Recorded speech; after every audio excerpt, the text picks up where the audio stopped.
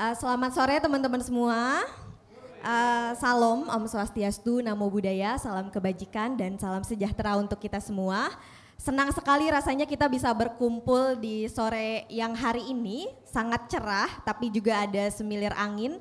Harusnya kita bisa semangat ya buat teman-teman mungkin bisa merapat yang ada di sekeliling pendopo. Dan sebelum memasuki sesi mungkin kita akan menyambut para narasumber kece nan keren kita dulu yang akan hadir dan mengisi sesi diskusi. Yang pertama ada Mbak Mariana Riki Prihatina Dewi atau yang kerap disapa Mbak Nana. Mbak Nana ini merupakan Ketua Aji Surakarta. Silakan Mbak, silakan maju dulu ke depan. Silakan duduk. Boleh di mana aja Mbak. Oke, Mbak Nana ini merupakan Ketua AJI atau Aliansi Jurnalis Indonesia Surakarta dan juga merupakan Content Manager di Solo Post Media Group. Mbak Nana juga aktif pada kerja-kerja fact checking dan perlawanan disinformasi. Mbak Nana juga menjadi perwakilan untuk IPMR 2025 Indo-Pacific Convening for Fact Checking and Counter Disinformation Network. Mungkin tepuk tangan dulu untuk Mbak Nana, teman-teman. Oke. Yang kedua pembicara kita ada Mas Fernanda Wahdani atau Mas Nanda. Silakan Mas Nanda maju ke depan. Oke, sebagai informasi Mas Nanda ini merupakan Direktur Majalah Lembaga Pers Mahasiswa Pabelan Universitas Muhammadiyah Surakarta. Dan Mas Nanda ini aktif sekali di berbagai kegiatan dan organisasi dan kita menghadirkan Mas Nanda untuk sharing nih sebagai aktor orang muda langsung biar bisa kita ngobrol-ngobrol lebih dalam. Oke, tepuk tangan dulu untuk Mas Nanda dong. Oke, narasumber ketiga kita ada Mbak Oki Madasari atau Mbak Oki, tidak lain dan tidak bukan, kita sudah pasti mengenal.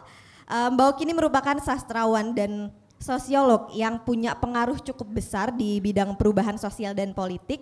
Mbak Nana juga meraih gelar doktoral di National University of Singapore dan kalau kita baca-baca bukunya yang banyak sekali dan terkenal gitu, buku Mbak Oki ini memberikan pandangan dan perspektif di isu HAM juga ya Mbak, dan kebebasan perjuangan melawan penindasan.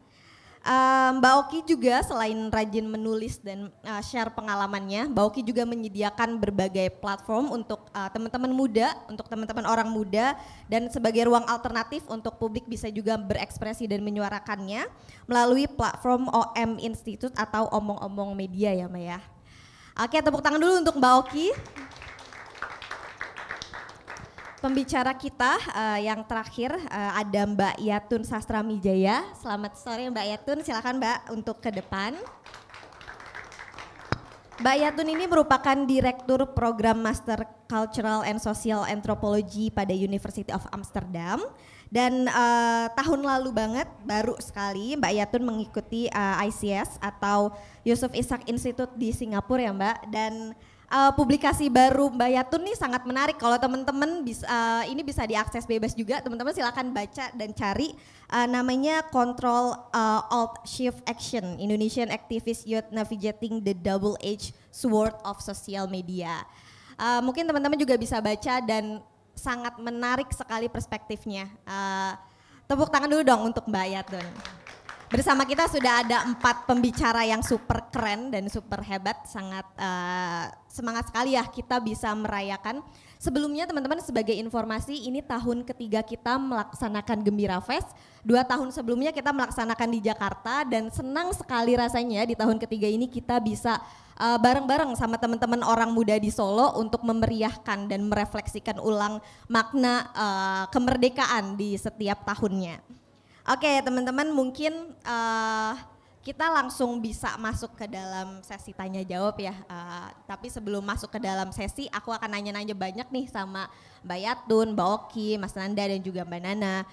Tapi sebelum itu mungkin akan sedikit sharing bahwa sebenarnya tujuan kegiatan ini kita mau diskusi sama teman-teman orang muda di Solo. Sebenarnya lintas usia, lintas culture, lintas budaya dan lintas ini juga ya gender dan lain sebagainya. Kita mau diskusi dan mengupas nih sebenarnya apa sih pergerakan-pergerakan yang terjadi di Solo ini ada apa gitu. Di dalam situasi civic space kalau kita tahu Freedom House sendiri bilang bahwa sebenarnya ruang sipil kita nih dari tahun ke tahun skornya menurun, bahkan dari tahun 2019 sampai sekarang terus-terusan menurun. Dan sebenarnya apa sih yang kita rasain sebagai orang muda? Bagaimana sih kemudian kita merefleksikan situasi yang ada, kemudian kita merespon situasi-situasi yang ada. Nah mungkin langsung aja kali ya untuk membahasnya, untuk kita berdiskusi bersama. Pertanyaan pertama ini mungkin Mas Nanda minum dulu silahkan karena pertanyaan pertama akan ke Mas Nanda.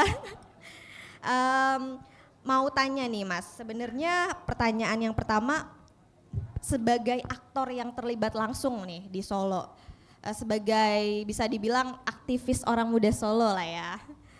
Bagaimana sih Mas perkembangan gerakan orang muda di Solo dan juga tantangan apa yang dihadapi untuk mempertahankan gerakan atau aktivisme yang ada?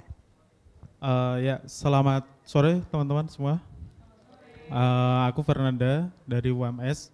Mahasiswa hukum. Sebenarnya kalau di sini aku paling pemuda ya, paling muda di antara suhu-suhu senior-senior.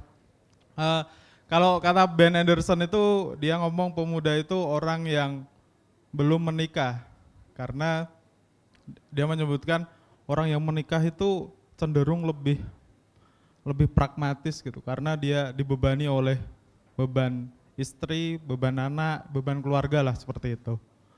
Tetapi kayaknya beban-beban itu juga sekarang dialami oleh pemuda gitu. Beban-beban kalau kita melihat film-film kayak kemarin satu kakak 7 ponakan itu menggambarkan atau mengcapture anak muda yang di pressure bawah atas. Lah sekarang itu ya sama gitu. Kalau dulu Ben ngomong pemuda itu orang yang ideologis, orang yang progresif, orang yang lurus-lurus aja, orang yang berani gitu. Karena nggak ada beban. Sekarang ini beban-beban itu merasuk ke dalam pemuda gitu. Aku sendiri di Solo ya, banyak teman-temanku yang merasa gerakan kita sekarang ini biayanya kurang. Gerakan kita sekarang ini terkendala logistik dan lain sebagainya gitu. Jadi kalau di Solo itu ditabrak gitu antara gerakan pemuda, gerakan kita sebagai orang muda dengan realitas sosial, realitas ekonomi gitu. Media sosial yang sering dikatakan kalau kemarin itu ada artis atau influencer yang ngomong jangan ikut organisasi, goblok kamu ikut organisasi, mending kerja, mending berkarya yang ada hasilnya gitu. Nah di Solo itu menjadi sebuah tantangan gitu. Kita karena aku di UMS di kampus, perkaderan kita itu sangat sulit gitu. Kita menampung, mengajak teman-teman, ayo ikut kolektif, ayo ikut gerakan, ayo ikut berkarya. Itu sulit, nggak ada uangnya, nggak ada ini, nggak ada itu, benefitnya apa gitu. Jadi tantangan anak muda di Solo sekarang itu seperti itu gitu. Tersegmentasi, terkotak-kotakkan, jalan sendiri-sendiri. Nah, untung ada Gembira Fest kali ini. Terima kasih PSHK dan Jantera yang sudah menghadirkan Gembira Fest. Karena event kali ini itu sebagai konsolidasi sebenarnya antara kolektif-kolektif gerakan-gerakan yang tadinya itu terpencar-pencar, ya. Kalau aku di kampus ya aku kampus aja, kalau orang yang di kolektif kesenian ya di kesenian aja, kalau di pers juga di pers aja gitu. Lah dengan forum ini kita bisa saling mengenal nih, saling berjejaring. Oh kita kenal gerakan-gerakan yang ada di Solo ini seperti apa gitu. Kalau kita melihat lapak-lapak di booth-booth yang di depan itu kan tadinya itu berbeda-beda, tapi karena kita saling mengenal, ya kita berjejaring, main bareng gitu. Dan kalau di Solo Mbak, itu platform gerakan kita sebenarnya kita dipertemukan oleh Aksi Kamisan Solo. Gitu. Jadi Aksi Kamisan Solo itu sebagai wadah cair untuk tempat berkumpulnya, home base-nya teman-teman untuk berjejaring di situ gitu. Dari semuanya kita ditampung, dihargai di Kamisan Solo gitu. Jadi gerakan di Solo kalau kemarin-kemarin itu sempat sepi karena terkotak-kotakan, terkamar-kamarkan, nggak berjejaring, berkolektif. Alhamdulillah untuk hari ini kita ada wadahnya gitu. Kita ada wadahnya dengan Aksi Kamisan, dengan mungkin biasanya ada Mbak Nana, Aji mengundang teman-teman yang dari LPM mungkin, itu sebagai wadah kita untuk bertemu gitu. Kalau dikatakan apakah Solo itu nggak ada kolektif, banyak sebenarnya di Solo kolektif-kolektif. Pecinta-pecinta itu banyak sekali gitu. Dari pecinta ular, pencinta reptil, ya kan, sampai itu juga banyak Pak. Dan pecinta Jokowi, mungkin banyak sekali gitu. Tapi permasalahan kita itu konsolidasinya sebenarnya, pertemuannya, tempat untuk bertemunya gitu. Menurutku dengan yang lagi rame sekarang ini, kayak bendera One Piece, itu kan kita istilah kata meminjam simbol-simbol negara lain gitu. Karena kita nggak punya simbol yang kuat yang menyatukan nih, yang seharusnya menyatukan dan membuat negara takut dengan itu gitu, takut dengan simbol itu gitu. Kalau kita melihat sejarah dulu itu ya di Solo sendiri ada Serikat Islam, Serikat Dagang Islam gitu, itu ditakuti gitu, benderanya ditakuti oleh negara, oleh VOC waktu itu gitu. Nah sekarang ini kita kekurangan, bahkan nggak ada gitu, simbol-simbol yang kuat ya, masyarakat yang berkonsolidasi, tersistematis gitu, sebagai perlawanan atau antitesa negara gitu. Mungkin itu aja sih Mbak. Oke, menarik ya tadi ternyata awalnya memang sempat terkotak-kotak, tersegmentasi, tapi kemudian dengan hidupnya Aksi Kamisan Solo ini juga jadi salah satu ruang ya untuk konsolidasi orang-orang muda gitu. Nah Mas Nanda, mungkin ini pertanyaan lanjutan kali ya. Sebenarnya setelah adanya, mungkin bisa kita sebut rekonsolidasi mungkin ya setelah hidupnya Aksi Kamisan, apa sih yang menjadi kebanggaan atau pelajaran baik dari pergerakan orang muda yang ada di Solo ini gitu, sejauh pengalaman Mas Nanda seperti apa? Kalau dari pengalaman aku sendiri ya Mbak, Aksi Kamisan Solo ini sebagai tempat yang asik untuk kita mengupgrade diri kita gitu. Kalau dulu-dulu mahasiswa itu kalau di tulisannya Indo Progress itu dia ngomong mahasiswa sebagai resi gitu. Kalau aku terjemahkan sebagai Imam Mahdi gitu, penolong gitu. Padahal mahasiswa juga korban gitu.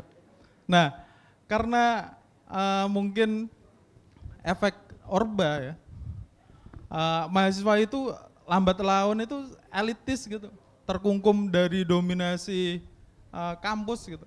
Dia besar seperti ikan yang besar di kolam yang kecil gitu. Nah, dengan adanya Aksi Kamisan itu membuka, menghancurkan border-border itu tadi gitu. Kita lebih tahu nih, oh ada loh gerakan-gerakan kolektif-kolektif yang dibangun dengan rasa cinta, ya, rasa cinta terhadap negeri ini, walaupun metodenya itu adalah perlawanan, tapi menurutku melawan itu metode kita untuk cinta gitu, untuk care terhadap negeri ini gitu. Nah, dengan Aksi Kamisan kita melihat, kita belajar di sana perspektif-perspektif, ide-ide yang ada, ya, kita kumpulkan jadi satu, akhirnya menambah kedewasaan kita. Kalau bacaanku di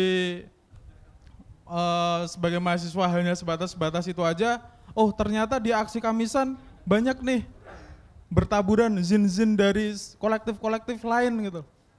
Kalau memandang sebuah isu, kita bakalan lebih besar nih lingkup penglihatan kita gitu. Oh ada perspektif ini, ada realitas ini, ada seperti apa gitu. Nah itu yang membuka wawasan kita sebenarnya Mbak. Termasuk juga ada di sini ada Spekham, ada Aji. Kalau belajar dari teman-teman Spekham itu dia mengadvokasi orang-orang yang PSK yang tua-tua, di mana miris banget kalau mendengar Spekham bercerita terkait dengan PSK yang tua-tua seperti itu gitu. Jadi penglihatanku sendiri lebih luas gitu dengan adanya aksi Kamisan Solo ini. Terima kasih banyak Mas Nanda. Sangat menarik ya terkait fenomena gerakan orang muda yang ada di Solo ini, dan PSHK nih jadi apa ya, suatu kehormatan kita bisa ngadain kegiatan Gembira Fest di dalam momentum yang bisa kita bangun bersama nih. Momennya pas banget, teman-teman orang muda Solo lagi semangatnya untuk membangun gerakan gitu ya Mas ya. Nah kalau tadi Mas Nanda bilang bahwa salah satu media untuk sharing pergerakan orang Solo yang memfasilitasi orang muda, itu tadi salah satunya Mbak Nana juga nih Mbak Nana tadi jadi salah satu figur yang ngasih kesempatan untuk orang-orang muda di Solo bisa berdiskusi dan juga bisa membagi perspektif dan pengalamannya. Mungkin Mbak Nana bisa di-sharing ya, Mbak Nana sebagai jurnalis ini sebenarnya gimana sih menangkap fenomena penyempitan ruang sipil dan kemunduran demokrasi khususnya yang ada di Solo ini Mbak? Terima kasih Mbak Cikal. Ya sebenarnya kalau di Solo ini sejak diistimewakan ini jadi berbeda dengan beberapa tahun yang lalu. Sebelum Solo menjadi istimewa, kenapa saya sebut istimewa? Karena di sini adalah tempat kelahiran dari Mahabeliau Mulyono itu ya. Jadi setelah dia ada gitu, bagaimana masyarakat Solo itu menganggap dia adalah Raja Jawa yang juga punya kekuatan yang luar biasa gitu. Orang-orang itu bahkan di dunia jurnalis sendiri kami menjadi tidak peka dengan apa yang dinamakan suara-suara yang ada di bawah gitu. Kami malah menjadi echo chamber dari orang-orang yang udah suaranya udah big tapi semakin digongkan lagi dengan jurnalis, dan ini memang menjadi satu otokritik buat kerja-kerja jurnalis gitu. Beberapa waktu yang lalu ketika sebelum Raja Jawa itu ada, berita-berita yang sifatnya adalah sangat-sangat akar rumput, kayak misalnya tanggul jebol itu kami publikasikan begitu. Kami menjadi suara buat mereka gitu. Tapi ketika Raja Jawa itu ada, itu kayak geser gitu. Karena apa, semua yang dikatakan oleh dia itu menjadi hits di media gitu. Apapun yang dikatakannya itu hits di media, sementara suara-suara akar rumput itu menjadi kalah. Jadi akhirnya kerja-kerja jurnalistik kami menjadi timpang karena adanya itu gitu. Nah sebenarnya kalau tidak salah sebelum pandemi banyak sekali organisasi masyarakat yang kami berkumpul begitu, dan bahkan sebelum pandemi itu kami selalu ada organisasi masyarakat yang kemudian berkumpul menyuarakan. Nah fenomena ini ternyata sebelumnya memang sudah ada di Solo, yaitu bagaimana suara-suara itu tergerus yaitu dengan orang-orang lembaga swadaya masyarakat yang semula dia sangat vokal dengan apa yang ada di sekitarnya, itu kemudian menjadi lemah. Lemahnya adalah mereka mendapatkan tawaran dana. Nah cara-cara pelemahan ini membuat mereka akhirnya tidak menjadi mampu bersuara lagi. Nah jadi kritikan ya ini hanya dalam skala Solo aja akhirnya bisa melemah hanya karena mereka mendapatkan itu. Jadi kemudian akhirnya geser lagi dan jadinya ketika ada ada tokoh suaranya yang begitu kenceng gitu, jurnalis itu sangat kecil sekali untuk menyuarakan itu gitu. Bahkan ketika meliput sesuatu kegiatan yang memang ini suara-suara akar rumput, mereka akan gambling gitu. Ini menjadi tantangan juga. Ini laku nggak nih diklik laku nggak? Karena mereka berpikir ketika saya mengeluarkan tenaga untuk meliput isu-isu akar rumput, ini clickable nggak sih? Karena kerja jurnalis juga berbenturan dengan yang dinamakan kebutuhan pokok dari mereka gitu. Yang akhirnya ini sedang terjadi saat ini. Dan ya akhirnya menjadi PR bagaimana kita kembali menjadikan jurnalis di sini itu sebagai pilar keempat demokrasi lagi gitu. Gimana caranya kami ke situ. Nah akhirnya beberapa waktu lalu karena Aji sering diundang ke acara-acara bersama dengan LPM, ya akhirnya kami suarakan ya berani kayak gitulah. Berani bersuara ngapain sih kayak gitu. Ada juga ketakutan dari mereka yang mereka ngomong kayak Mbak Nana gimana sih kalau misalnya ketika kita ini tuh nggak berguna gitu, ada sisi apatis karena kita mau begini terus mau ikut demo, mau ini mau itu kayaknya sia-sia aja gitu. Ada suara-suara pesimis di situ, tapi meskipun begitu ya ketika melihat kemarin dan hari ini itu ada anak-anak muda yang mereka mau berjuang dan mengambil jalan sunyi ini, artinya ya ada harapan di situ. Nah kemarin beberapa waktu yang lalu kenapa gerakan anak-anak muda sempat gembos beberapa waktu yang lalu, karena waktu itu kalau tidak salah di UNS ada demo dari mahasiswa UNS itu memprotes pulangkan Jokowi ke Solo. Kalau tidak salah tahun berapa itu 2021 kalau tidak salah, saya lupa. Itu reformasi di korupsi jilid 2. Anak-anak mahasiswa itu pada dibully oleh buzzer gitu loh. Kamu tuh ngapain gitu, orang tua kamu tuh pada nyari duit, kamu malah seperti ini gitu. Nah cap-cap seperti ini yang membuat mereka akhirnya jadi pesimistis gitu. Mereka nggak mau ikut gerakan-gerakan lagi, akhirnya apa, dari masyarakat sendiri aja ada penolakan. Padahal pentingnya bersuara bagi mereka salah satunya dengan menggelar demo itu. Nah setelah itu sempat sepi sekali. Kemudian ada kita terakhir kali demo yang sangat besar itu adalah reformasi di korupsi di jilid 2. Waktu itu kita sempat memutus jalan Solo Semarang karena saking gedenya demo. Nah itu adalah terakhir. Setelah itu gerakan-gerakan yang seperti itu digembosi di Solo. Istimewa sekali Solo, perlakuannya berbeda. Kalau kita lihat di Pati sampai seperti itu, di Semarang sampai seperti itu, di Solo nggak bisa. Kenapa? Karena Solo istimewa. Jadi nih ketika kami berdemo, kita mau nih masuk ke balai kota, silahkan masuk nih. Nggak jadi ricuh kan, padahal ketika ricuh artinya suaranya didengar. Akhirnya mereka orasi aja nggak itu. Kita mau masuk ke DPRD, dikasih masuk nih, dikasih jalan lagi nih. Karena itu tadi, jangan sampai Solo ricuh. Itu yang membuat gerakan-gerakan kita ya akhirnya demonya ya cuma jadi begitu-gitu aja. Karena saya yang reformasi di korupsi jilid 2 itu menjadi salah satu hal yang aksi demonstrasi terakhir yang bikin all eyes on Solo. Nah setelah itu ya cuma begitu-begitu aja. Demo, damai, udah. Demo, damai, udah. Nah terus juga untuk kegiatan-kegiatan yang seperti ini, seperti yang saya bilang tadi, jurnalis menimbang nih. Ini nanti redakturnya yang di Jakarta mau naikin beritanya nggak nih? Alhamdulillah nih ya, sekarang nggak ada nih Bapak yang sekarang jadi Wapres tuh. Sebelumnya dia wali kota Solo tuh. Semuanya dia mau ngomong sekecil apapun dia cuma ngomong ya nanti diurus. Itu naik. Ini itu doang loh. Dia cuma ya nanti diurus. Itu doang loh. Naik beritanya. Tapi ketika ada suara kerumput, nah mereka gambling nih, naik enggak. Akhirnya itu dia yang menjadikan jurnalis itu menjadi tidak lagi dipercaya oleh publik. Nah ini menjadi otokritik gitu, beberapa media masih melakukan itu. Jadi masih memilah-milah ini berita-berita ini enggak signifikan untuk mengangkat view yang enggak ditinggalin gitu. Ya padahal kalau kita melihat saat ini dengan penyempitan ruang gerak ini harusnya jurnalis menjadi voice to the voiceless gitu, tapi ternyata enggak. Ini menjadi otokritik juga bagi jurnalis dan akhirnya memang beberapa waktu lalu ketika ada teman-teman yang pengen menyuarakan gerakan mereka, saya minta mereka untuk membuat press release atau membuat pernyataan sikap.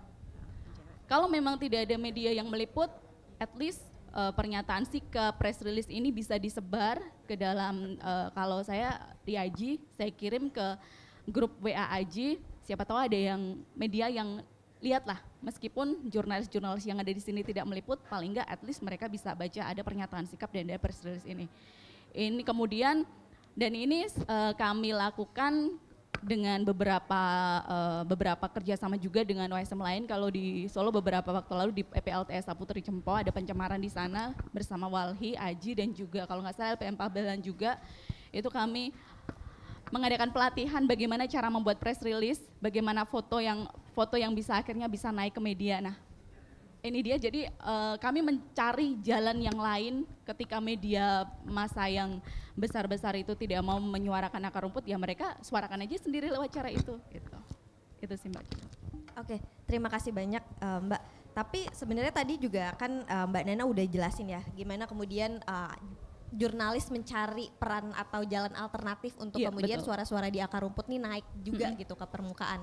Tapi mungkin bisa di-sharing nggak Mbak, sejauh apa yang sudah dilakukan dan bagaimana perkembangannya? Sebenarnya itu menjadi jalan alternatif yang berhasil nggak gitu? Atau masih sebenarnya masih perlu diperjuangkan karena tidak sebegitu eksis dengan ya kalau misalkan tadi Mbak Nana bilang kita ada respon dari Wapres gitu, satu kata dua katanya bisa naik gitu. Sedangkan di suara-suara di akar rumput kan agak sulit gitu.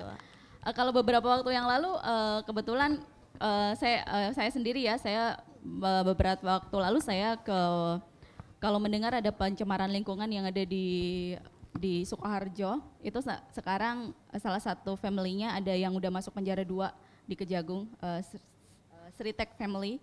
Ya, itu kan 2 diantaranya itu juga merupakan terkait dengan pencemaran yang ada di PT Rum. Nah, waktu itu saya melakukan peliputan itu bersama dengan beberapa teman-teman LPM, kalau tidak salah Undip, Pabelan juga ada, kemudian satu lagi LPM yang UIN Surakarta, itu kami mengawal bagaimana proses itu dari tahun 2019 kami melakukan pendampingan setiap ada perkembangan dan itu kerja bersama dengan LBH Semarang.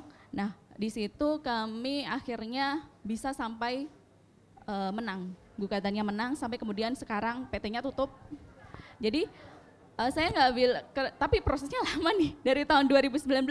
Waktu itu Aji menggelar diskusi di tahun 2019 itu, kami menggelar diskusi bagaimana kami bisa membantu teman-teman terdampak PT Rum itu agar bisa tidak mendapatkan kriminalisasi. Tapi waktu itu ada yang dipenjara karena mereka merusak PT Rum. Nah, cara-cara misalnya kami cara-cara kayak ini kalau misalnya kita mau melakukan aksi demonstrasi jangan sampai kita dipenjara gimana gitu. Kemudian kami menggelar diskusi, tapi waktu itu diskusinya kan digelarnya di Sekre Aji. Nah, jumlahnya Intel yang datang sama jumlahnya yang ikut diskusi, banyakan Intel tuh. Nah, ini sebenarnya fenomena ini udah terjadinya udah sejak lama ya. Baru kemudian ini berhasil di tahun 2024. Berarti proses kami mengawal 2017 sebenarnya PT Rum itu udah mulai ada bau-bauan begitu, tapi tidak begitu ramai. 2017, 18, 19 sampai dengan 2024. Lama sekali. Tapi kita berhasil. Artinya ya memang kita bisa gitu loh. Kemudian ada lagi gerakan-gerakan yang lain kayak di geopark ya, panas bumi, energi panas bumi di Gunung Lawu, masyarakatnya sampai sekarang masih menolak nih. Waktu itu tendernya udah dimenangin oleh salah satunya memang penunjukan dari Pertamina waktu itu kalau tidak salah, sampai sekarang itu tidak ada pengeboran di Gunung Lawu. Karena ada perlawanan yang ketat dari masyarakat dan juga dikawal oleh media. Memang prosesnya lama. Kalau ini lebih lama lagi, di tahun 2018 rame lagi, 2019 rame lagi. Kalau tidak salah dari tahun 2013 sudah rame, tapi sampai sekarang kita masih bisa menahan agar tidak ada pengeboran di Gunung Lawu. Artinya kerja, meskipun kita sulit bergerak, kerja-kerja jurnalistik masih berhasil di situ. Nah, yang terakhir ini pengalaman saya sendiri di Rawapening juga, ini ada perebutan lahan sama tentara. Tanah milik warga itu patokinnya sih benernya bukan punya tentara sih, tapi ini yang dipatok ini adalah dipatok oleh Balai Besar Wilayah Sungai Pemali Juwana. Nah, itu kerjasamanya sama tentara Kodam 4 di Ponegoro. Setiap ada pematokan, tentaranya tuh sekitar 5 atau 6 tuh ngawal tuh pematokan. Kerja ini pakai penunjukan. Dan ini sebenarnya kalau kita lihat ini terjadi di zaman Jokowi, bukan di zaman Prabowo. Artinya kerja-kerja yang semula ini bisa dilaksanakan oleh PNS atau negara, tapi sekarang udah mulai ada militer masuk di situ. Nah, sampai saat ini masih berjuang. Dan ketika kami beberapa waktu lalu mendapat laporan ada orang yang mau menginfiltrasi gerakan masyarakat di situ. Jadi ada intel yang menyaruh menjadi wartawan di situ untuk membuat apapun gerakan yang ada di dalam dihimpun itu bocor keluar. Ketika ada gerakan apapun itu bocor keluar, sampai akhirnya mereka menjadi antipati kepada masyarakat. Ini juga terjadi ketika ada di Kulon Progo, saya juga ada di sana waktu itu. Setiap ada gerakan-gerakan itu, infiltrasi dari militer itu selalu masuk dan akhirnya membocorkan gerakan sampai akhirnya gerakan itu pecah. Nah, ini apakah ini terjadi di Solo? Kami kemarin juga sempat mendeteksi itu, tapi belum tahu apakah akan, karena kemarin kami sempat bertemu kemarin bersama teman-teman aksi Kamisan, kami berhasil mencegah dia untuk tidak lebih lama lagi untuk bercokol di OSM di Solo. Nah, ini dia artinya kalau kita bisa kerja bareng tuh kita bisa melawan itu, dan meskipun prosesnya lama, we'll made it gitu loh, kita bisa berhasil kayak gitu sih Mbak. Keren sekali, beneran tantangan yang dihadapi. Oke, tepuk tangan dulu dong untuk perjuangan di akar rumput ini ya Mbak. Sangat susah, tantangannya banyak. Walaupun sudah menyediakan alternatif jalan gitu, alternatif planning, tapi tetap ya banyak sekali tantangan, banyak sekali kesulitan. Jadi perlu konsistensi yang panjang untuk selalu melakukan pendampingan, fokus di dalam isu-isu itu. Luar biasa sekali. Kananda dan juga Mbak Nana, saya akan kembali lagi nanti memberi pertanyaan, tapi mungkin ini akan ke Mbak Oki dulu nih Mbak. Kita agak narik secara general ya dari helikopter view. Kalau misalkan tadi melihat apa yang terjadi pada pergerakan orang muda di Solo gitu ya Mbak. Sebenarnya mau tahu sih sebagai sastrawan melihat situasi civic space yang ada ini seperti apa ya Mbak? Karena kan kalau kita lihat teman-teman yang bergerak langsung nih di lapangan itu mengalami hambatan-hambatan dan juga mengalami situasi yang cukup pergerakannya nih kadang nggak bisa terkontrol gitu. Nah gimana nih Mbak Oki memandang hal ini? Ya, bulan Agustus di Solo itu bukan hanya untuk merayakan kemerdekaan atau mempertanyakan kemerdekaan, tapi juga untuk mengingat satu sosok yang saya tunggu nih belum disebut ternyata, Wiji Tukul. Wiji Tukul itu lahir di Solo Agustus 1963. Nah, jadi memang bulan ini kita memperingati Wiji Tukul. Jadi di sini dengan keyword Wiji Tukul saja, kita sudah bisa merasakan Solo punya sejarah tentang perlawanan. Solo sudah punya kesadaran bagaimana menggunakan karya sastra, bagaimana menggunakan produk budaya untuk mempertanyakan, untuk melawan rezim otoritarian. Bahkan Wiji Tukul sampai sekarang itu tidak diketahui keberadaannya. Kita sudah melewati 10 tahun periode Pak Jokowi yang katanya menjanjikan Wiji Tukul kembali, dicari, nggak ada kan? Nah sekarang ya jangankan kita berharap gitu, bisa jadi presidennya terlibat dalam penghilangan Tukul itu kan. Nah ini kan sesuatu yang juga perlu kita renungkan gitu, ketika kita seharusnya bisa merayakan seorang Wiji Tukul, tapi kita dibawa ke masa di mana kita tidak lagi bisa berharap Wiji Tukul untuk ditemukan. Nah, yang ingin saya garis bawahi tentang Wiji Tukul dan Solo. Wiji Tukul adalah seorang sastrawan yang menyuarakan persoalan-persoalan masyarakat Solo dan Indonesia. Jadi Wiji Tukul bersuara tentang orang-orang kelaparan di Solo, Wiji Tukul bersuara tentang adiknya yang kesulitan untuk bayar uang sekolah. Wiji Tukul bersuara tentang buruh-buruh di Sritex, bahkan Wiji Tukul terlibat dalam demonstrasi di Sritex itu sampai matanya kena popor senjata. Lalu Wiji Tukul bersuara tentang ketidakadilan di tingkat nasional hingga akhirnya dia hilang, tidak ditemukan. Jadi kita bisa melihat bagaimana Solo sudah melahirkan dan membesarkan seorang sastrawan yang peduli dan menggunakan penanya untuk menyuarakan persoalan dalam masyarakat. Nah, tapi kalau kemudian kita pelajari lagi di satu sisi gitu, yang tadi diuraikan apa yang menjadi tantangan, apa yang menjadi hambatan. Kita memang tidak bisa menutup mata bahwa Solo itu sejak dulu kala dicengkram oleh 3 hal. Pertama adalah feodalisme, kedua adalah kapital, modal, ketiga kepentingan politik. Gitu. Mungkin kalau 3K mungkin ya, keraton, kapital, kepentingan politik. Nah, biar enak gitu. Feodalisme Solo, kita sudah tahu bahwa Solo bentuknya dari dulu ada keraton Surakarta, bahkan ada Mangkunegaran. Nah, kalau dikaitkan dengan ekspresi kreatif, banyak karya sastra zaman dulu itu lahir hanya untuk memenuhi kepentingan keraton, kepentingan feodalisme. Dan itu terjadi di banyak masyarakat.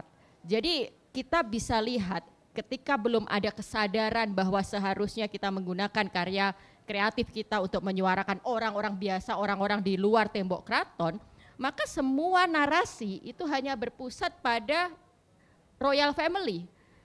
Kenal namanya, pernah dengar Babat Tanah Jawi? Babat Tanah Jawi kan itu sejarah raja-raja Jawa sebenarnya. Jadi fokusnya tetap ke keluarga Jawa itu.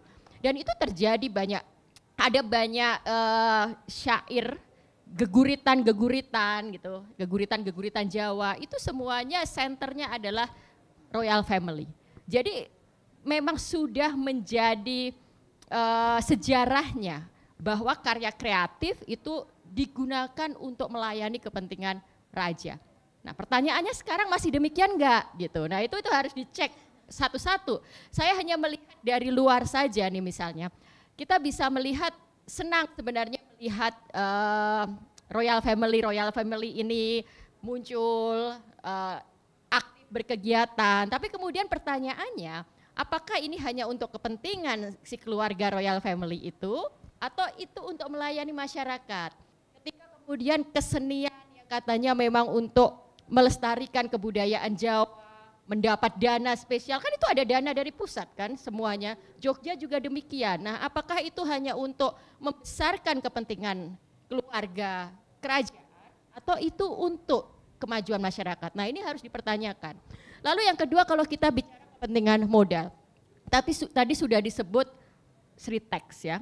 Dan Sritex bagaimanapun pabrik yang cukup fenomenal, tidak bisa dipisahkan dari sejarah Solo. Tadi saya sebut juga Wiji Tukul pun mendedikasikan karyanya dan juga ikut terlibat dalam demonstrasi melawan Sritex.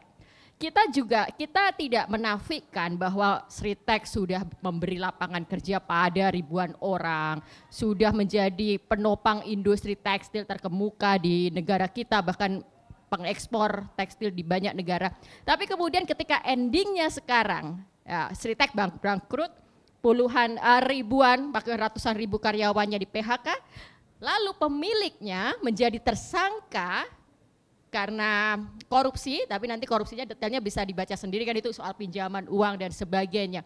Nah, ini kan menimbulkan pertanyaan bahwa apa yang disuarakan Wiji Tukul zaman dulu itu terkonfirmasi, tidak melulu pemodal besar yang sepertinya melayani kepentingan orang karena membuka lapangan pekerjaan itu betul-betul menjalankan bisnisnya dengan prinsip keadilan.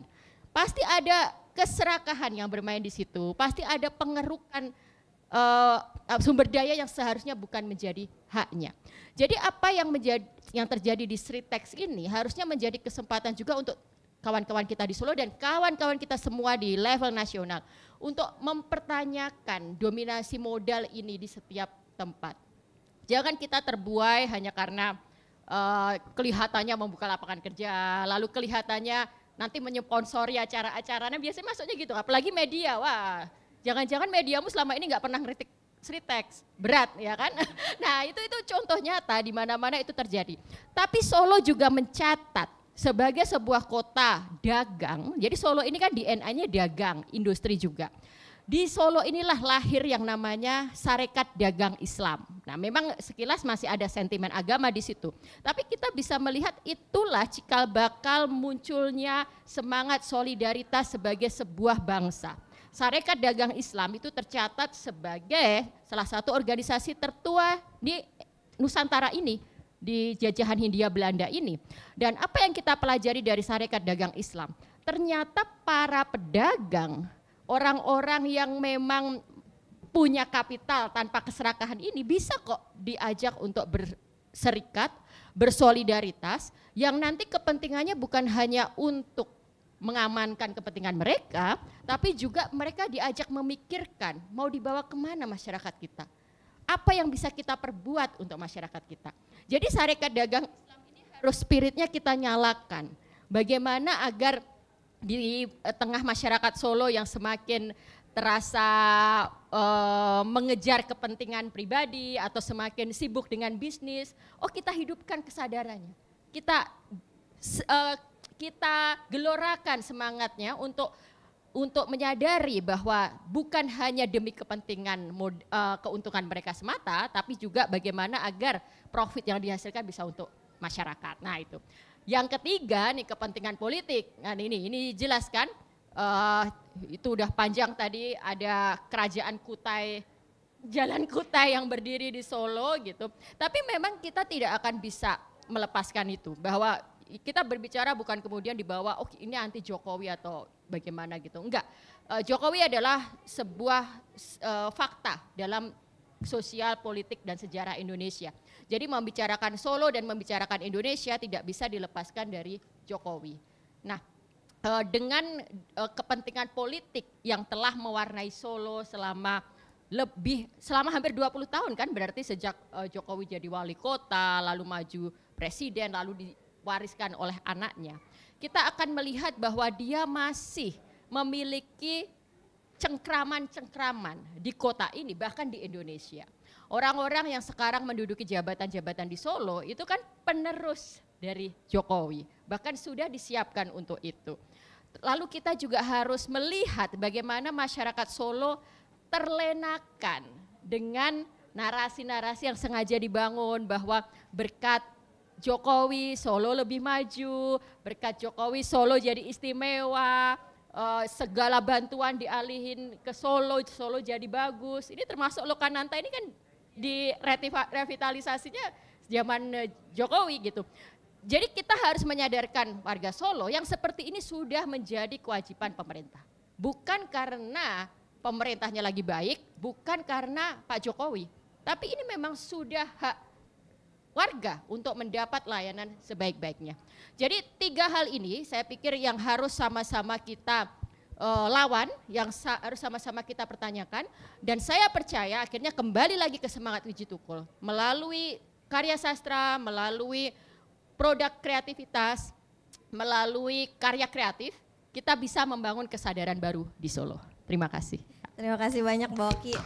Oke, keren sekali, kita jadi tahu ya kalau sebenarnya Solo ini punya darah sejarah yang kental gitu akan perlawanan dan juga solidaritas nih. Ini keren nih, ini jadi bekal buat kita, buat orang-orang muda Solo untuk terus melanjutkan gerakan-gerakan baiknya.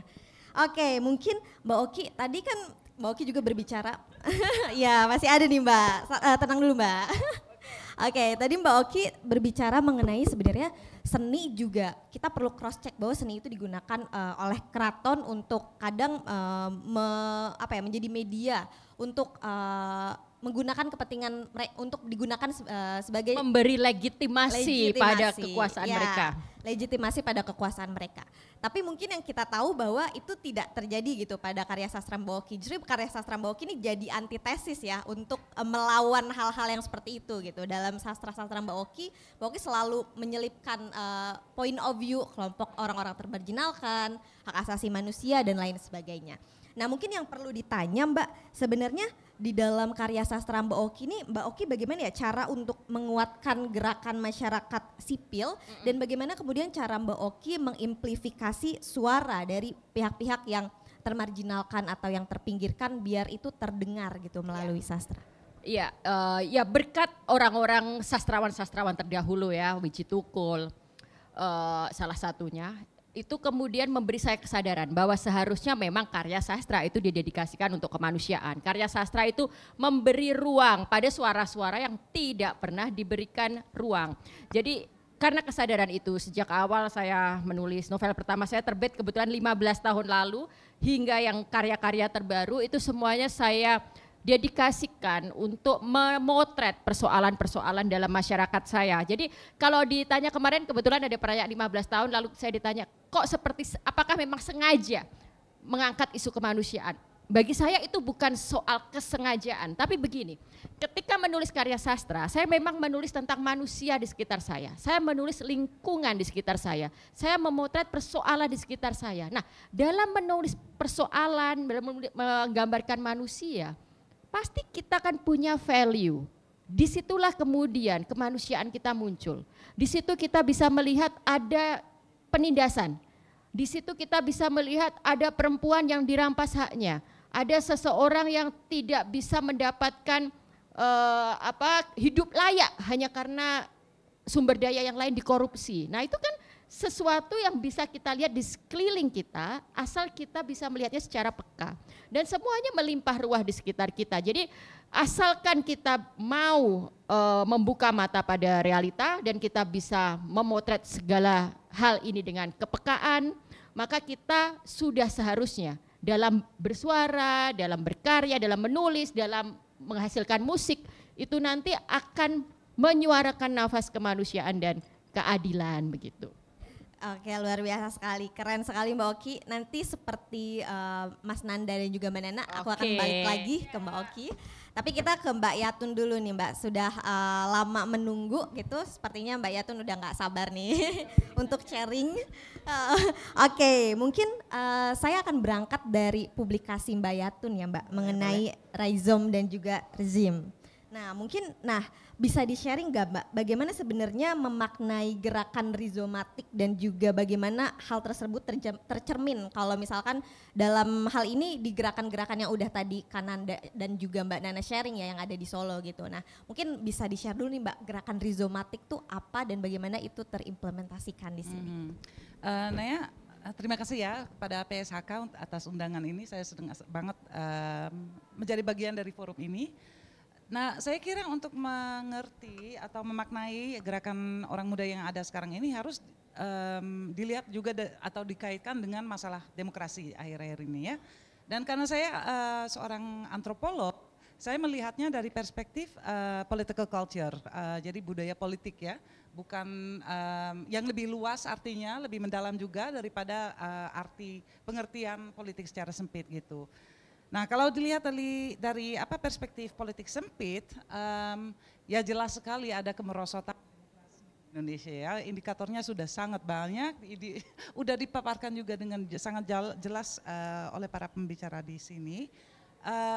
Tapi anehnya, dan itu juga menjadi dorongan ya untuk munculnya gerakan orang muda ini.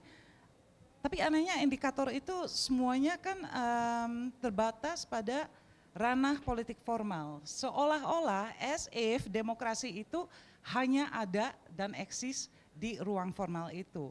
Dan itu kan mengartikan demokrasi sebagai sesuatu yang top down ya. Padahal kalau kita lihat arti sebenarnya dari demokrasi itu dari bahasa Yunani ya, ini mungkin saya juga baru belajar sih, bukan sosok ini.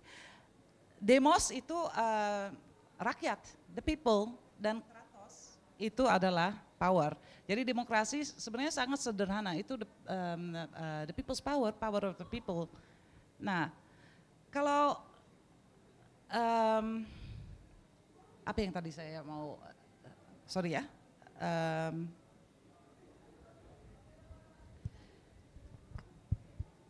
iya, jadi demos ya, demos the people. Kalau kemudian melihat apa artinya, apa yang terjadi di demos generasi muda ini, ada yang menarik yang muncul di situ. Itu yang saya pernah sebut sebagai gerakan rizomatik.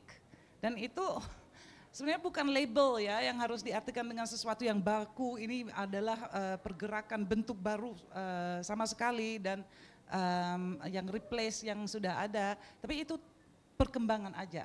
Tren yang saya lihat yaitu munculnya gerakan orang muda yang lebih cair, yang tidak hierarkis, yang lebih interseksional dan intersektoral dalam arti bisa lintas sektor dan lintas isu lebih mudah.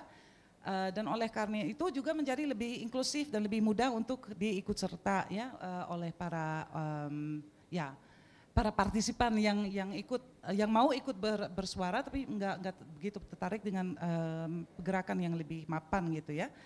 Nah, dan oleh karena lebih inklusif dan lebih menarik orang banyak itu, kita melihat bahwa gerakan bentuk ini demonstrasi yang sangat kencang dan kuat itu memang terfasilitasi oleh bentuk rizomatik itu. Dan apa yang saya juga mau sampaikan bahwa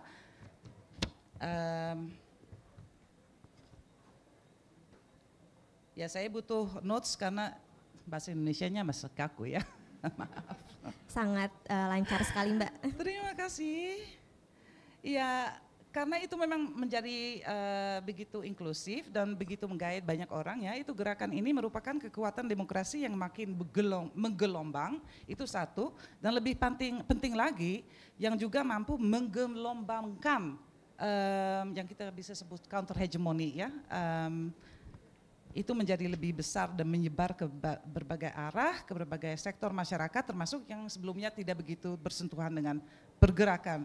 Jadi membangun counter hegemony saya kira itu adalah makna inti ya dari perkembangan pergerakan orang muda yang kita lihat akhir-akhir ini sejak reformasi di korupsi itu gelombang yang muncul, yang coming out-nya 2019 tapi sebenarnya bibit-bibitnya sudah ada di tahun 2010-an ya mungkin dengan adanya kolektif-kolektif baru anak muda.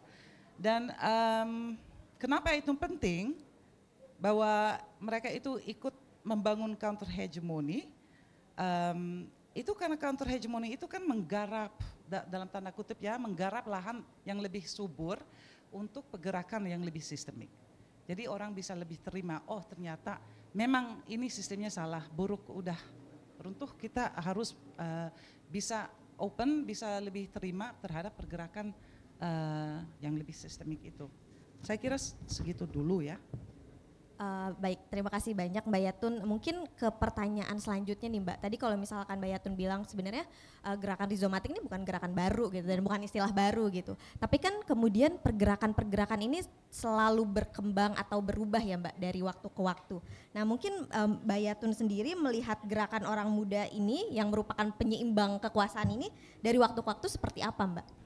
Kalau dari waktu-waktu itu memang sulit ya karena peran orang muda dari itu di histori sejarah Indonesia sudah sangat lama. Nah, saya mau mengutip aja sosiolog Karl Mannheim yang memang sering dipakai di sini bahwa generasi muda itu pergerakannya sangat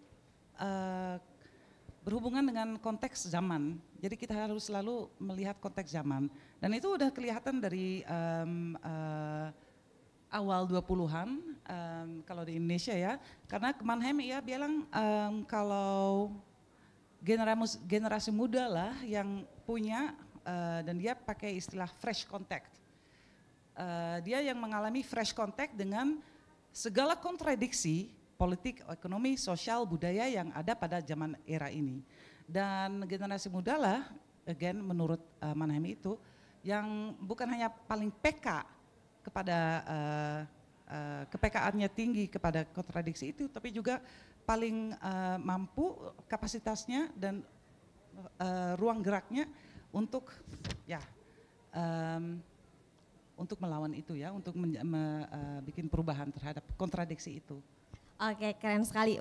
Untuk orang-orang muda di Solo nih, semoga kita terus bisa membangun counter hegemoni yang tadi dijelaskan oleh Mbak Yatun ya. Kita harus bersemangat bersama-sama dan berkonsolidasi gitu. Nah, mungkin ini tadi seperti janji saya di awal, saya bakal balik lagi sama satu pertanyaan. Ini untuk semua nih, untuk Mbak Nana, untuk Ananda, untuk Mbak Oki, dan juga untuk Mbak Yatun. Mungkin kita bisa agak sedikit mengandai-ngandai ya, misalkan kalau kita bisa menuliskan ulang atau menuliskan suatu sejarah, bagaimana menurut pandangan Mbak Nana, pandangan Mas Nanda, pandangan Mbak Oki dan pandangan Mbak Yatun, bagaimana orang-orang di masa depan menceritakan kondisi kebebasan sipil dan demokrasi di masa kini? Kira-kira apa gitu? Kira-kira sejarah seperti apa yang akan orang bayangkan untuk demokrasi yang hari ini? Mungkin kita bisa mengandai-andai, kita punya ini ya, punya pil atau punya mesin waktu gitu. Kalau sekarang kan memang benar ada penyempitan ruang gerak sipil, tapi perlawanan itu tetap ada, terus mengakar, dan saya sepakat ada gerakan rimpang tadi.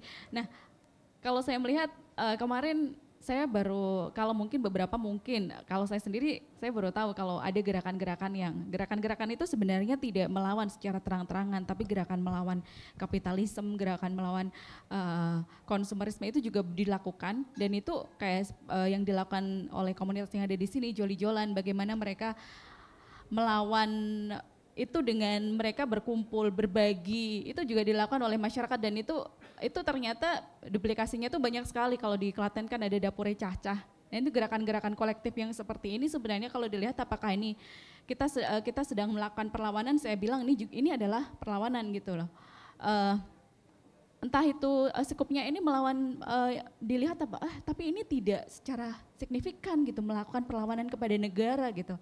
Tapi enggak, saya melihat ini adalah suatu perlawanan kecil yang nantinya gerakan-gerakan ini bisa bertumbuh besar. Karena ketika mereka sedang melakukan gerakan itu dan mereka secara volunteering melakukan itu secara terus-menerus, dan itu bisa direplikasi di banyak kegiatan, dan kemudian mereka berkumpul, kemudian saling bertukar pikiran, dan ketika mungkin nantinya ada sesuatu yang melakukan, mereka ada tekanan dari luar begitu, mereka akan bisa melawan, dan tujuannya tidak hanya itu, karena yang pertama adalah mereka melakukan gerakan terlebih dahulu. Jadi saya selalu percaya meskipun kita ada halang rintang gitu istilahnya, tapi saya percaya masih ada anak-anak muda yang terus percaya dan berani untuk melakukan gerakan-gerakan itu, meskipun itu tidak ada hierarkinya, tidak ada susunannya, tidak ada ketokohannya, tapi gerakan-gerakan itu meskipun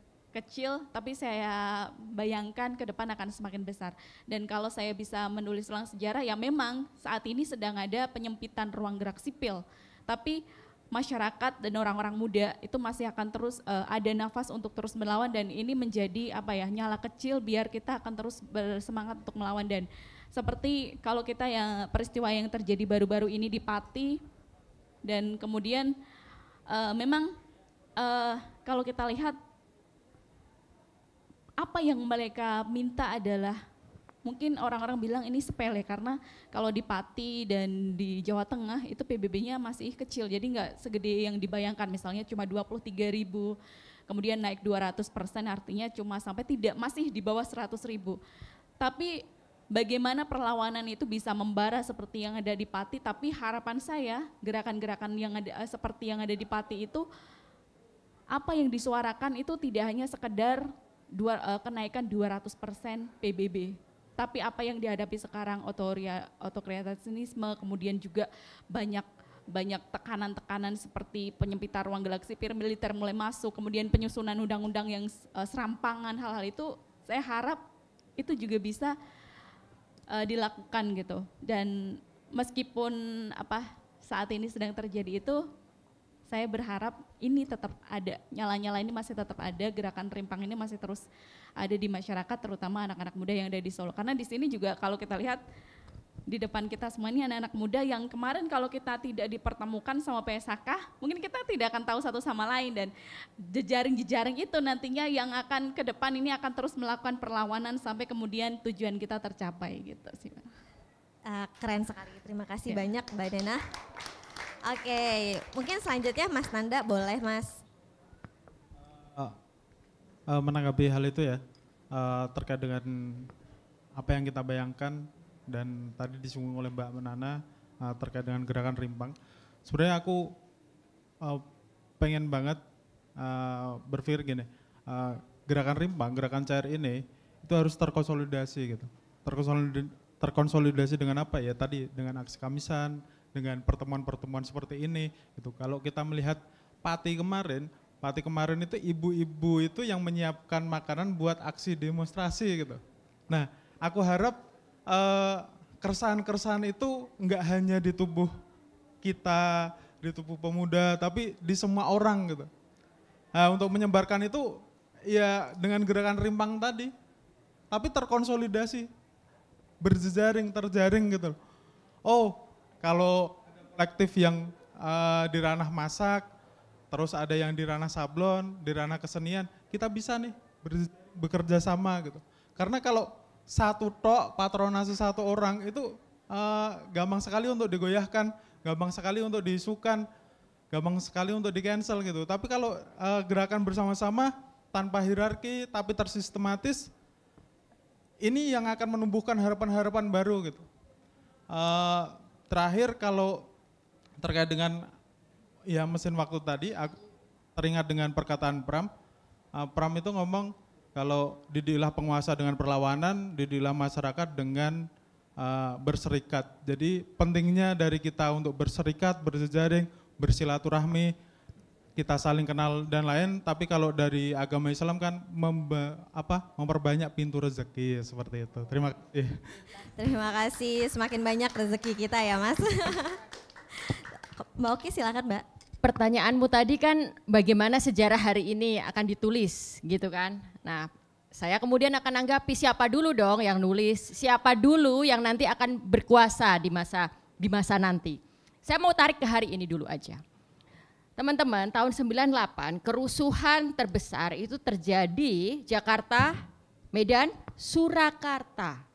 Nah kalau dalam sejarah, narasi sejarah yang sekarang sedang digodok oleh pemerintah, lalu pemerkosaan yang terjadi di Surakarta dianggap tidak ada. Bahkan in general kerusuhan itu pun akan diedit tuh narasinya. Bukan cuma pemerkosaannya tapi kerusuhannya. Karena kan kerusuhan itu kemudian nanti akan kita pertanyakan siapa yang harus bertanggung jawab, siapa yang berperan. Itu akan ada editing, akan ada penghapusan, akan ada silencing dari penulisan itu. Nah jadi sejarah Solo yang tidak terlalu jauh itu, yang baru 25 tahun itu akan dikubur oleh penguasa saat ini kalau kita tidak terus melawan. Lalu tadi saya sebut Wiji Tukul. Wiji Tukul itu seorang sastrawan yang tidak ada dalam narasi utama sejarah sastra Indonesia. Dan kalau kita belajar dalam sejarah apapun termasuk sejarah sastra, orang-orang yang penulis yang melawan, penulis-penulis yang tidak melayani kepentingan penguasa itu memang kerap tidak tertulis dalam narasi sejarah utama, sengaja dipinggirkan. Kalau kita tarik zaman dulu misalnya, kenapa sejarah sastra kita dimulai dari Balai Pustaka, bukan dimulai dari Mas Marco Kartodikromo atau misalnya dari Semaun? Ya karena itu cara untuk melahirkan narasi yang melayani kepentingan pemerintah. Jadi di sini kita sudah melihat bahwa sejarah itu akan ditulis dengan beragam versi sesuai kepentingannya. Nah, tugas kita kemudian untuk melahirkan narasi-narasi alternatif. Nanti di masa depan, saya kasih pil pahit dulu aja lah, saya nggak mau kasih harapan palsu. Kalau nanti Prabowo berkuasa kembali 3 periode gitu. Wah, agak ngeri ya Mbak. Jadi yang kamu bilang penulisan masa depan itu kapan? Jangan-jangan waktu Prabowo masih berkuasa. Nah itu tentu ditulisnya, oh Indonesia di bawah kepemimpinan Prabowo itu negara besar, negara yang kemiskinannya lenyap, angka kemiskinan turun, tidak ada juga pengangguran, tidak ada demonstrasi karena semua rakyat berbahagia, kan gitu nanti narasinya. Nanti kalau misalnya setelah itu, misalnya ini kita harus ready dengan yang kemungkinan terburuk. Jan Etes nanti jadi presiden, kan? Nanti narasi yang dituliskan oleh si Jan Etes dan pemerintahannya tentu sesuai dengan versi yang melayani dia.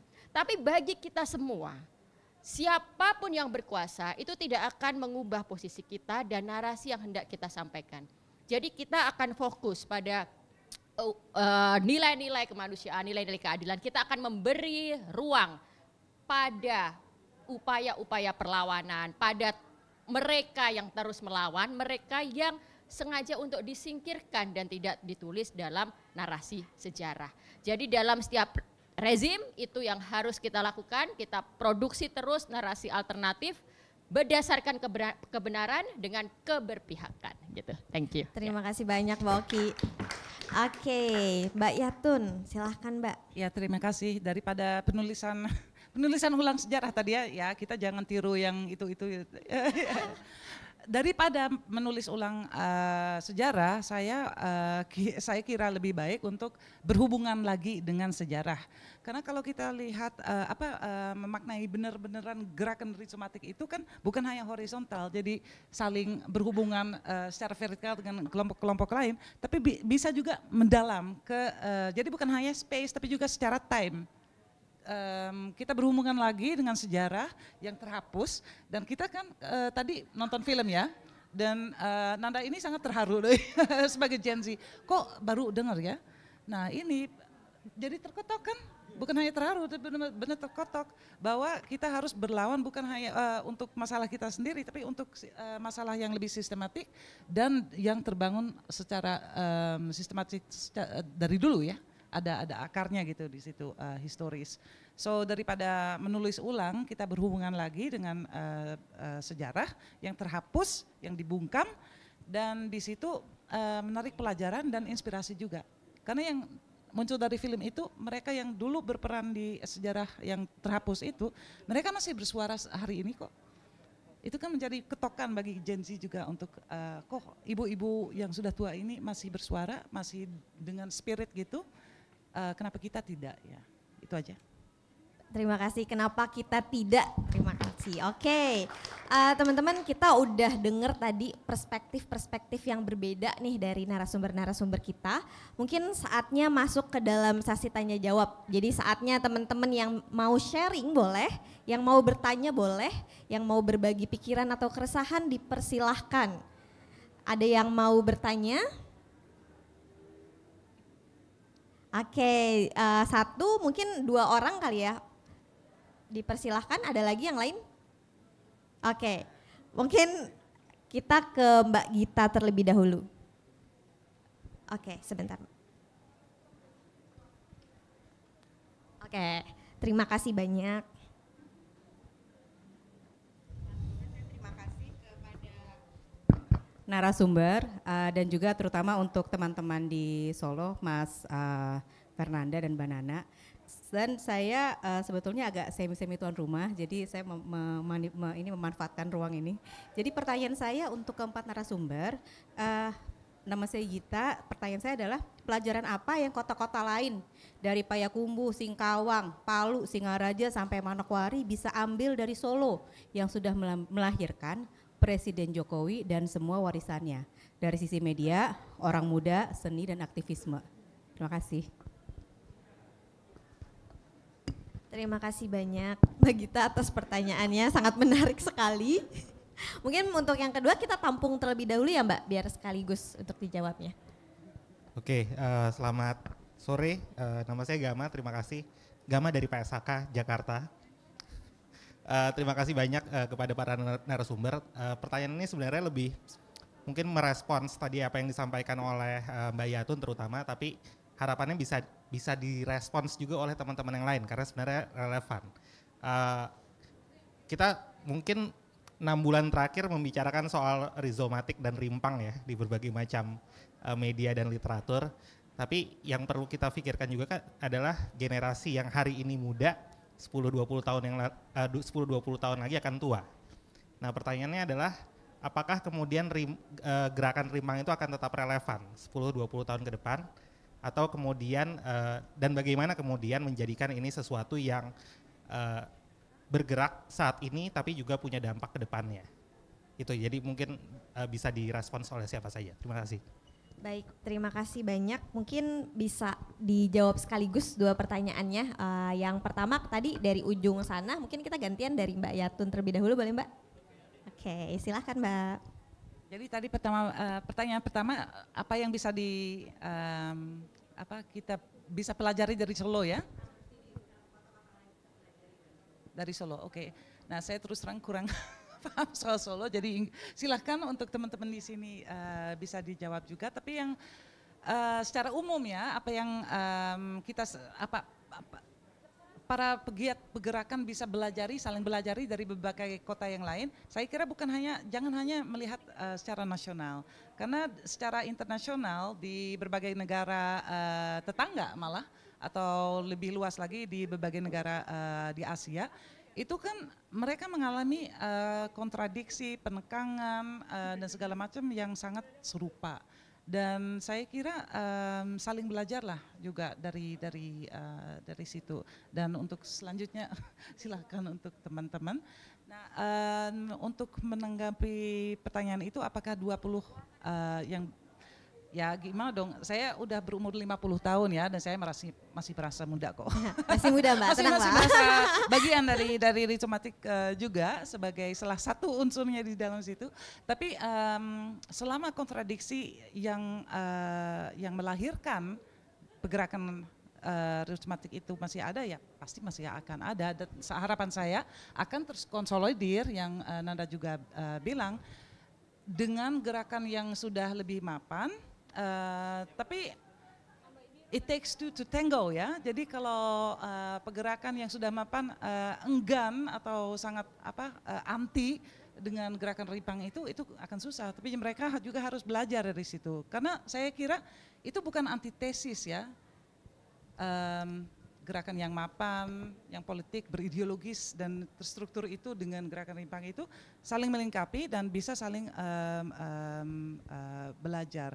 Kalau bisa belajar dari gerakan rimpang itu bahwa kreativitas itu sangat-sangat penting untuk bukan hanya untuk menggaung di sosmed, tapi untuk bisa evade berbagai macam represi, berbagai macam kebosanan atau apa aja sih yang menghalangi orang untuk ikut berpartisipasi dalam protes, dalam aksi dan segala macam. Dan sebaliknya, apa yang gerakan yang sudah mapan bisa tawarkan kepada gerakan rimpang ini adalah bukan hanya knowledge dan ideologi dan segala macam, tapi juga know-how secara strategi. So kita bisa ya di situ bisa saling melengkapi. Saya kira itu aja. Terima kasih banyak Mbak Yatun. Mungkin selanjutnya ke ujung lagi ya ke Mbak Nana, silahkan Mbak. Biar gak bosen kita puter, kita rolling. Baik Mbak Gita, apa yang bisa kota-kota lain pelajari dari Solo? Kalau melihat, sebenarnya kalau kita lihat apakah Solo itu tadi Mbak Oki juga udah bilang Solo tuh gak cuma melahirkan Jokowi kok, ada Wiji Tukul dan juga Serikat Dagang Islam. Sebenarnya kalau kita agak sedikit meluas ke Solo Raya, sebenarnya kalau pelajaran baiknya adalah Solo ini dulu ada ketika Keraton Surakarta itu waktu itu sedang akan dibentuk menjadi daerah istimewa, itu ada gerakan suap raja. Jadi gerakan perlawanan bagaimana masyarakat itu sudah anti feodalisme, jadi mereka melawan. Ya mungkin caranya sangat radikal, mereka mencul ada yang diculik tuh, Mangkunegaran ada yang diculik, kemudian patihnya Pak Buwono juga ada yang diculik. Nah ini sebenarnya ini gerakan-gerakannya memang sangat radikal, tapi ini bisa kita tiru, tapi dengan cara yang lebih baik lagi gitu. Kemudian itu beberapa tahun yang lalu itu sebelum Indonesia ini benar-benar ada gitu, waktu itu ada gerakan suap raja. Nah itu bisa ditiru dari gerakan-gerakan lain. Artinya ketika masyarakat udah muak dengan kekuasaan yang itu aja, kekuasaan yang udah serampangan, kita bisa melakukan perlawanan dari masyarakat. Nah kemudian kalau yang lainnya di Klaten, di Boyolali, ini kalau kita belajar dari sejarah, ini adalah daerah-daerah zaman dulu kita dianggap sebagai daerah merah, yaitu daerah PKI komunisme gitu. Dan sebenarnya mereka nggak yang komunis banget, mereka cuma percaya kalau ada ketidakadilan di situ dan mereka melakukan perlawanan. Jadi sebenarnya darah kiri itu ada di sini, darah PKI yang dibilang sangat kiri, yang sangat melakukan perlawanan itu ada di Solo dan ada di Klaten, ada di Boyolali, makanya di sini disebut sebagai daerah merah. Betapa banyak dulu Solo pernah punya wali kota seorang PKI di tahun 60-an dan itu kemudian akhirnya dia dibunuh di sini. Kalau di sini ada di Kandang Menjangan di situ. Dan wali kotanya itu sebenarnya kalau dilihat kebijakannya sangat bagus. Dia juga bikin prostitusi yang legal dan beberapa kebijakan yang lain, tapi kan hanya karena dia PKI kemudian waktu itu gerakan 66 dan sebagainya akhirnya ya dianggap sebagai orang yang tidak baik begitu. Artinya di sini Solo itu punya darah-darah yang seperti itu. Dan sekarang yang buruk-buruk kita tidak usah sebut lah, bagaimana Jokowi menjadi media darling kemudian merangkak dari bawah sampai kemudian sekarang ditiru oleh the next generation, Mulyono, ada Mulyadi. Nah itu nggak usah ditiru lah, kita lihat bagaimana akar gerakan yang ada di sini itu bisa ditiru oleh daerah-daerah lain gitu loh. Jangan dilihat lah, ditutupin aja tuh, disetip kalau bisa alias dihapus, nggak usah dilihat, dia nggak usah ditiru. karena yang disisakan oleh dia hanyalah luka gitu. Kita lihat gerakan-gerakan yang sudah berhasil, gerakan-gerakan seperti yang dilakukan Wiji Tukul, Serikat Dagang Islam, banyak sekali gerakan-gerakan positif yang lahir di Solo, gerakan Swapraja, kemudian perlawanan masyarakat melawan centeng-centeng Belanda waktu itu yang ada di sini, itu bisa ditiru. Nah, harapan saya yang memang melihatnya jangan hanya yang Jokowi aja, jadi lihat yang lain aja deh. Kalau Jokowi ditiru, apanya yang bisa ditiru gitu. Itu saja sih. Kemudian sejarah-sejarah yang lain, ya sebenarnya kalau ingin sebagai media, saya juga ingin meminta maaf mewakili masyarakat Solo telah membawa Jokowi keluar dari gorong-gorong sampai menjadi gubernur. Itu adalah dosa kolektif warga Solo, saya minta maaf. Karena memang awal mulanya Jokowi itu dikenal itu memang dari media gitu. Jokowi waktu itu, ini juga media juga. Jadi Tempo waktu itu ngasih penghargaan ke Jokowi, kemudian ada settingan foto yang sangat luar biasa waktu itu Jokowi naik beca. Nah itu adalah salah satu awal-awal kemunculan Mulyono. Nah dari situ sebenarnya itu adalah kesalahan dari media juga gitu loh. Sangat silap dengan seperti itu. Sampai kemudian akhirnya dia jadi gubernur dan sekarang jadi itu dengan branding orang baiknya gitu. Ini juga kesalahan media, makanya saya minta maaf sebagai media yang ada di Solo. Dan mudah-mudahan karena sekarang kita bisa belajar dari masa lalu, jangan sampai ada Mulyono Jilid 2. Jangan sampai ada orang-orang yang menjadi media darling sampai silau, menjadi memunculkan buzzer yang sampai akhirnya gelap mata. Itu juga bisa dipelajari buat orang-orang lain. Jadi jangan sampai tokoh-tokoh yang akhirnya dia kelihatan baik-baiknya aja tapi di belakangnya ternyata membawa misi yang sangat buruk untuk bangsa dan negara ini. Janganlah, jangan sampai kejadian lagi hal-hal yang seperti ini. Itu aja sih, saya jadi takut nih karena melihat gaungnya sekarang tuh ada the next Mulyono yang memang benar-benar menduplikasi itu gitu. Ternyata ditiru gitu, itu janganlah gitu. Saya harapannya kita juga sering mengingatkan meskipun nanti bala-balanya buzzer-buzzernya itu menyerang kita ingatkan nih, jangan nih gelap mata nih sama orang ini. Ya caranya mungkin kalau dari media kita akan kupas dari sisi gelapnya apa-apa aja. Kalau yang kemarin kalau ada Mulyono Jilid 2 Mulyadi itu bagaimana dia memaksa orang untuk KB untuk mendapatkan bansos. Nah itu banyak orang yang ikut sepakat padahal itu melanggar hak asasi manusia. Nah sebagai mungkin kita bisa mengambil jalan lain untuk menolak itu gitu dari publikasi-publikasi yang mungkin media juga bisa lakukan. Itu juga kami lakukan kayak gitu sih. Itu Mbak.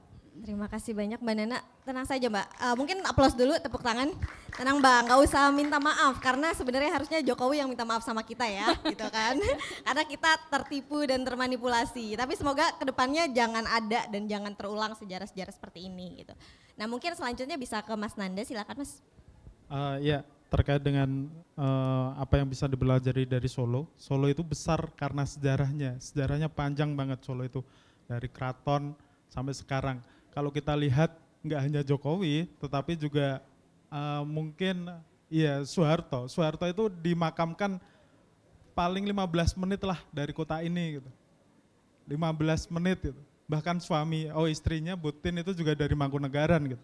Kalau kita melihat di Solo juga ada markas Kopassus yang besar di Kandang Mejangan gitu loh. Terus belakang kos saya itu calon rumah Jokowi yang baru nantinya gitu. Dan di belakangnya digusur nggak Mas? Digusur nggak? Dan di belakangnya ternyata itu ada rumah Kapolri yang sekarang. Jadi geng Solo ini memang mau mengokupasi Solo gitu loh. Jadi dia mau Solo ini spesial. Kalau kita lihat dari yang kanan mentok, ya, kanan mentok Laskar dan pokoknya militan-militan Islam kanan banget sampai kiri mentok juga ada di Solo gitu. Jadi di Solo itu berwarna sekali gitu. Kita bisa melihat Haji Misbah, ulama yang menjadi PKI, terus ya berwarna-warna di Solo ini. Jadi yang bisa dipelajari di Solo ya akan sejarahnya gitu. Entah itu sejarah terkait dengan kekuasaannya yang perlu kita pelajari agar nggak jadi hal yang seperti itu. Feodalismenya yang menggurita, kalau aku lihat, kadang aku bingung juga gitu loh. Dengan tradisi Solo yang lama banget dicengkram oleh keraton gitu. Kok bisa PKI, Lekra itu kongres pertama di Solo. Gitu. Jadi ini sangat kontradiktif gitu. Dengan budaya-budaya feodal tapi juga budaya progresif juga ada di situ gitu. Jadi itu yang bisa dipelajari di Solo. Terkait dengan gerakan rimpang menurutku kita terkadang membatasi antara gerakan ideologis dan populis gitu. Seolah-olah ideologis nggak bisa populis. Seharusnya gerakan-gerakan ideologis, gerakan yang progresif itu ya harus masif, harus populis, harus populer gitu. Agar bisa diterima oleh semua orang gitu. Tergantung kita nanti yang akan mengkonsolidasikan berjejaring seperti apa nantinya gitu. Jadi jangan kita mikir kalau populis enggak ideologis gitu. Terkadang kita stagnan di situ ya. Terus terkait dengan counter hegemoni, selama masyarakat kita terkait hal politik masih belum sadar politik, selama masih banyak yang percaya Nikita Mirzani daripada Najwa Shihab narasinya, itu kemarin kasus pesawat terbang, itu PR buat kita gitu. Kenapa kok masih ada orang-orang yang seperti ini gitu. Lah, berarti gerakan kita belum populer nih. Kalah dengan gerakan-gerakan mungkin buzzer-buzzer dari pemerintah. Menurutku itu aja sih. Terima kasih. Terima kasih banyak Mas Nanda. Oke, yang terakhir mungkin Mbak Oki silakan. Iya, tadi kan pertanyaannya Mbak Gita sebenarnya spesifik apa yang dipelajari dari Solo terkait Jokowi ya, itu. Dan tadi udah disinggung, saya tunggu-tunggu keluar juga ternyata. Jadi Jokowi itu besar karena produksi mitos dan narasi. Soal produksi mitos itu pertama kali saya paparkan di UGM November 2023. Mitos orang baik lah, apalah itu semuanya, dan narasi media massa. Nah, apa yang kita pelajari dari itu semua jelas, kita harus saling menularkan sikap kritis pada masyarakat untuk tidak mudah menelan informasi apapun, narasi apapun, mitos apapun tentang seseorang tanpa ada cross check. Kesalahan terbesar memang salah satunya di media massa. Ketika diceritakan Jokowi berhasil merelokasi pedagang dan sebagainya, betul nggak sih ada media yang benar-benar datang, ngitung, wawancara tanpa mengandalkan informasi yang disampaikan oleh dari pihak Jokowi gitu. Saya lihat enggak, dan saya sudah bertanya ke beberapa media, mereka ngakuin akhirnya. Saat itu mereka hanya bulat-bulat memberitakan, menyebarluaskan apa yang disampaikan oleh tim Jokowi. Nah, ini kan pelajaran berharga untuk kita semua. Dan kita harus tahu masyarakat kita juga cukup mengandalkan informasi dari media massa. Sekarang dari influencer, mereka yang punya pengaruh besar di media massa. Nah, ketika kemudian influencer dan media massa ini tidak menjalankan nalar kritisnya, hanya menjadi kepanjangan suara dari pihak tertentu, dari penguasa, dari elit, ya sudah, apa yang terjadi dengan Jokowi dan Solo akan terulang lagi. Akan lahir kembali Jokowi baru ke pentas nasional dan kita hanya akan mengulang kebodohan yang sama dari tahun ke tahun. Jadi itu pelajarannya untuk saya, dan bagi saya makanya forum-forum seperti ini penting karena kita kan kemudian mencoba untuk menularkan kesadaran kritis itu pada masyarakat luas. Pertanyaan Gama, kamu berandai-andai tentang di masa depan ini anak-anak muda yang sekarang ini kan udah tua, maka lahir juga generasi baru. Saya orang yang sangat percaya bahwa setiap zaman akan punya pola perlawanannya sendiri-sendiri. Kita tidak bisa menduplikasi begitu saja keberhasilan angkatan 98, sudah nggak relevan, sudah tidak akan masuk di generasi sekarang. Ketika sekarang rizoma, rimpang itu bagian dari metode, dan for your information saya kemarin juga baru dari ISIS dan kebetulan riset saya mungkin bisa dianggap kelanjutan dari ini. Jadi saya fokus on creative resistance. Jadi saya fokus di perlawanan kreatif. Nah, karena saya melihat itu yang terjadi sekarang. Tapi apakah model akan bisa bertahan 20 tahun lagi? Belum tentu. Karena kita akan berhadapan dengan misalnya teknologi yang berbeda. Dengan situasi zaman yang berbeda. Nah, setiap anak muda ini, setiap generasi muda punya kemampuan adaptasinya sendiri-sendiri. Jadi saya juga selalu bilang kepada, nanti kan kamu sudah senior nih, 10-20 tahun lagi. Nah, cara kita bukan dengan mengajari mereka pola gerakannya kita hari ini. Tapi kita justru yang melihat, belajar dari mereka. Perlawanan Indonesia Gelap, peringatan darurat, itu dipimpin langsung oleh Gen Z. bukan dipimpin oleh angkatan sebelumnya, bukan dipimpin oleh angkatan 98, bukan dipimpin oleh Rocky Gerung gitu kan. Jadi Pak Rocky tidak memimpin peringatan darurat itu. Anak-anak Gen Z menemukan polanya sendiri. Anak-anak Gen Z menemukan perlawanan sendiri. Makanya kemudian saya keluar juga dengan revolusi Fufufawa. Inilah cara anak muda untuk menyuarakan keresahannya hari ini gitu. Jadi biarkan anak muda memimpin dan kita akan terus untuk bersatu dalam semangat perlawanan ini. Thank you. Terima kasih banyak. Mari terus suarakan keresahan. Oke, teman-teman, kita sudah sampai di penghujung acara diskusi, bukan penghujung acara Gembira Fest. Jadi tenang aja, masih akan ada sesi-sesi berikutnya. Kalau kita mengacu ke tema diskusi, pikir-pikir berekspresi, apa kabar demokrasi? Ya beginilah demokrasi Indonesia yang sudah dipaparkan oleh keempat narasumber kita. Jadi mungkin kalau bisa sedikit mengutip apa yang sudah tadi dipaparkan oleh para narasumber, sebenarnya ini apa yang kemudian PSHK lakukan dengan menyelenggarakan Gembira Fest, kemudian bagaimana teman-teman dari komunitas di Solo juga berpartisipasi dan bersama-sama kita membangun acara Gembira Fest. Ini adalah bentuk salah satu cara kita untuk mengaktualisasikan kreativitas perlawanan itu ya Mbak. Nah mungkin ini bisa akan terus panjang umur dan bisa kita terus lakukan, dan kalau boleh mengutip bahwa apa yang kita lakukan saat ini dengan menggabungkan seni dan juga demokrasi, ini adalah jalan-jalan yang demokrasi itu nggak hanya dilakukan di ruang-ruang formal gitu, dan mungkin tadi juga dikutip bahwa salah satu seni dan sastra itu juga adalah suatu bentuk ruang untuk memberikan kesempatan pada hal-hal yang sebenarnya nggak dapat ruang gitu sebelumnya. Nah mungkin itu saja teman-teman, terima kasih banyak untuk sesi dan perhatiannya. Terima kasih banyak, selamat sore teman-teman semua. Mungkin itu saja dan sampai bertemu pada ruang diskusi dan ruang kolaborasi berikutnya. Terima kasih banyak.